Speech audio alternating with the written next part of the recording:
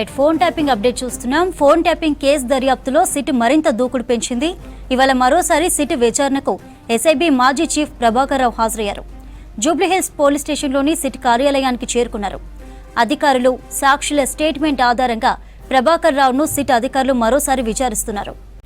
Phone tapping case దర్యాప్తులో SIT మరింత దూకుడు పెంచింది. ఇవాళ మరోసారి సిట్ విచారణకు ఎస్ఐబి మాజీ చీఫ్ ప్రభాకర్ రావు హాజరయ్యారు.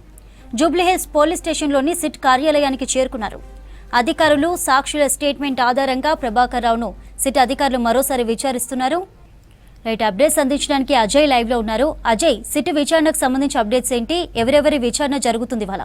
సంచలనం రేపిన ఫోన్ ట్యాపింగ్ కేసు సంబంధించి విచారణలో భాగంగా దర్యాప్తుని స్పీడప్ చేశారు సిట్ అధికారులు. ఇప్పటికే దూకుడు పెంచారు. వరుసగా ఇటు నిందితులకు సంబంధించిన స్టేట్మెంట్స్ రికార్డ్ చేయడంతో పాటు బాధితులకు సంబంధించి కొందరు విట్నెస్ సంబంధించిన స్టేట్మెంట్స్ కూడా వరుసగా రికార్డ్ చేస్తున్న సిచ్యువేషన్ చూసాం. కొద్దిసేపటి క్రితమే మాజీ SIB chief Prabhakar Rao SIT విచారణకు హాజరయ్యారు. 4వసారి ప్రభాకర్ రావు విచారణకు హాజరయ్యారు. 3 సార్లు గతంలో ప్రభాకర్ రావును విచారించారు. గతంలో 3 సార్లు విచారించినప్పుడు కూడా ప్రభాకర్ రావు సంబంధించిన స్టేట్మెంట్ రికార్డ్ చేయడంతో పాటు ఈ ఫోన్ ట్యాపింగ్ వ్యవహారంలో ఇటు ప్రణీత్ రావు ఇచ్చిన స్టేట్మెంట్ అనుకోవచ్చు, లేకపోతే ఆల్రెడీ సిట్ సంబంధించిన అధికారులు గ్రౌండ్ లెవెల్లో కొన్ని ఎవిడెన్స్ ఏదైతే సేకరించారో వాటన్నింటినీ కూడా ప్రభాకర్ రావు ముందు నుంచి విచారించినప్పుడు ప్రభాకర్ రావు సంబంధించి మాత్రం ఈ ఫోన్ ట్యాపింగ్ వ్యవహారంలో కొంతమేరకు ఉన్నతాధికారులు ఎవరైతే ఉన్నారో తాను కేవలం ఎస్ఐబికి సంబంధించి మాత్రమే చీఫ్, ప్రతి ఒక్కటి చేయాలి అంటే కూడా ఏ ఆపరేషన్ చేయాలి అని కూడా ఉన్నతాధికారులకు సమాచారం అందించాల్సి ఉంటుంది. దాంతోపాటు ఎస్ఐబికి సంబంధించిన ఫంక్షనింగ్, ఎస్ఐబికి సంబంధించిన ఆపరేషన్స్ మొత్తం కూడా రివ్యూ కమిటీ అనేది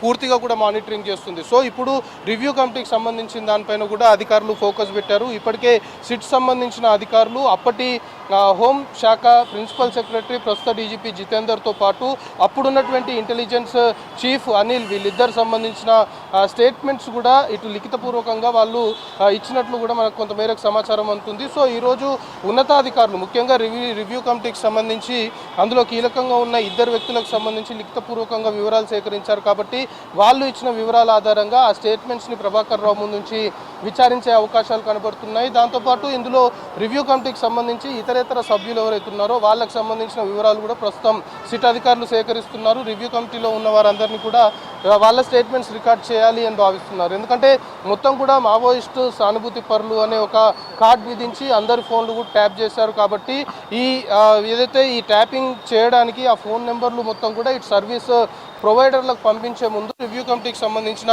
అనుమతి తీసుకోవాల్సి ఉంటుంది. So Prabhakar Rao and team దాదాపు 618 మంది సంబంధించిన ఫోన్లు ట్యాప్ చేశారు. అందులోనూ రాజకీయ నేతలు, అన్ని పార్టీలకు సంబంధించిన వారు ఉన్నారు అనేది కూడా ఇప్పటికే సిట్ అధికారులు గుర్తించారు. కాబట్టి వాళ్ళ ఫోన్ నెంబర్ ఇచ్చిన తర్వాత ఇటు ప్రాసెస్ చేయడానికి రివ్యూ కమిటీకి ఏ విధమైన ప్రతిపాదన పెట్టాడు, రివ్యూ కమిటీకి సంబంధించి వాళ్ళు దాన్ని ఏ విధంగా ప్రొసీడ్ చేశారు, ఏ విధమైన అనుమతులు ఇచ్చారు అనేది కూడా చాలా క్లియర్గా క్వశ్చన్ చేసే అవకాశం కనబడుతుంది. ముఖ్యంగా ఈరోజు ప్రభాకర్ రావు క్వశ్చనింగ్ సంబంధించి మాత్రం ఉన్నతాధికారులు ఏదైతే లిఖితపూర్వకంగా ఇటు జితేందర్ అనిల్ ఇచ్చిన లిఖితపూర్వకంగా వివరాలు వాటిని బేస్ చేసుకొని మొత్తం కూడా ప్రభాకర్ రావుని విచారించే అవకాశాలు కనబడుతున్నాయి. మనకు అందుతున్న ఇన్ఫర్మేషన్ని బట్టి ఇందులో ఉన్నటువంటి మిగతా పోలీస్ ఆఫీసర్లు ఎవరైతే నిందితులుగా ఉన్నారో అటు తిరుపతన్న, భుజంగరావుతో పాటు ప్రణీత్ రావు, వీళ్ళలో ఇంకో 2-3 అటు తిరుపతన్నతో పాటు భుజంగరావు లేదా ప్రణీత్ రావు వీళ్ళను కూడా ఈరోజు విచారణకు పిలిచి అందరినీ కలిపి విచారించాలి అని అధికారులు భావిస్తున్నట్లు మనకి ఇన్ఫర్మేషన్ అందుతుంది. ఎందుకంటే ప్రభాకర్ రావు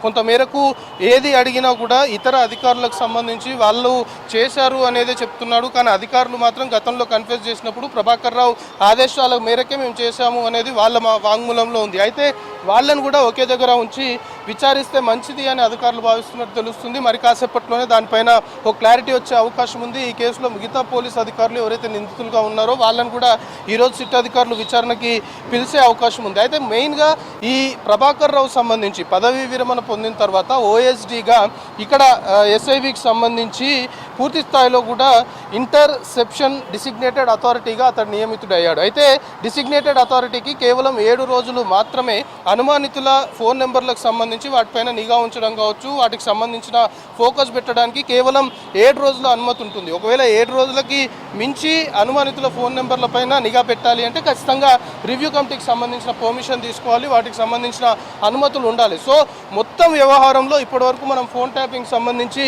ఇటు నిందితులకు సంబంధించిన స్టేట్మెంట్స్ మనం చూసాము. దాంతోపాటు రోజువారీగా బాధితులు దాదాపు ఫోన్ ట్యాప్ అయింది అని ఎవరైతే పోలీసుల దగ్గరకు వస్తున్నారో సగటుగా రోజుకి 10 మంది విట్నెస్ సంబంధించిన స్టేట్మెంట్స్ కూడా రికార్డ్ చేస్తున్నారు. ఇక ఈ స్టేట్మెంట్స్ రికార్డింగ్తో పాటు మెయిన్గా రివ్యూ కమిటీ సంబంధించిన దానిపైన సిట్ అధికారులు ఫోకస్ పెట్టారు. కాబట్టి మనకు అందుతున్న ఇన్ఫర్మేషన్ బట్టి ఇప్పటికే కొందరు రివ్యూ కమిటీలో ఉన్న అధికారుల స్టేట్మెంట్స్ తీసుకున్నారు. మరికొందరు అధికారులకు సంబంధించి ఎంటైర్ రివ్యూ కమిటీలో ఎవరెవరైతే అప్పుడు ఉన్నారో వాళ్ళందరికి సంబంధించిన స్టేట్మెంట్స్ కూడా తీసుకోవాలని భావిస్తున్నారు. సో ఈరోజు ప్రభాకర్ రావు విచారణకు సంబంధించి మాత్రం అటు జితేందర్తో పాటు అనిల్ ఇచ్చిన స్టేట్మెంట్ సంబంధించి వాళ్ళ వివరాలు ముందుంచి ప్రభాకర్ రావును విచారిస్తున్నారు. సో మరి కాసేపట్లోనే ఇంకా ఉన్నతాధికారులు కావచ్చు, లేకపోతే ఇంకా ఈరోజు విచారణకు ఎవరెవరు వస్తారు అనే దానిపైన ఒక క్లారిటీ రావడంతో పాటు ఒకవైపు ప్రభాకర్ రావు విచారణ జరుగుతుంటే మరొక వైపు విట్నెస్ సంబంధించిన వాంగ్మూలాలు కూడా అధికారులు రికార్డ్ చేస్తున్న సిచ్యువేషన్ ప్రస్తుతం జూబ్లీహిల్స్ పోలీస్ స్టేషన్లో నెలకొంది.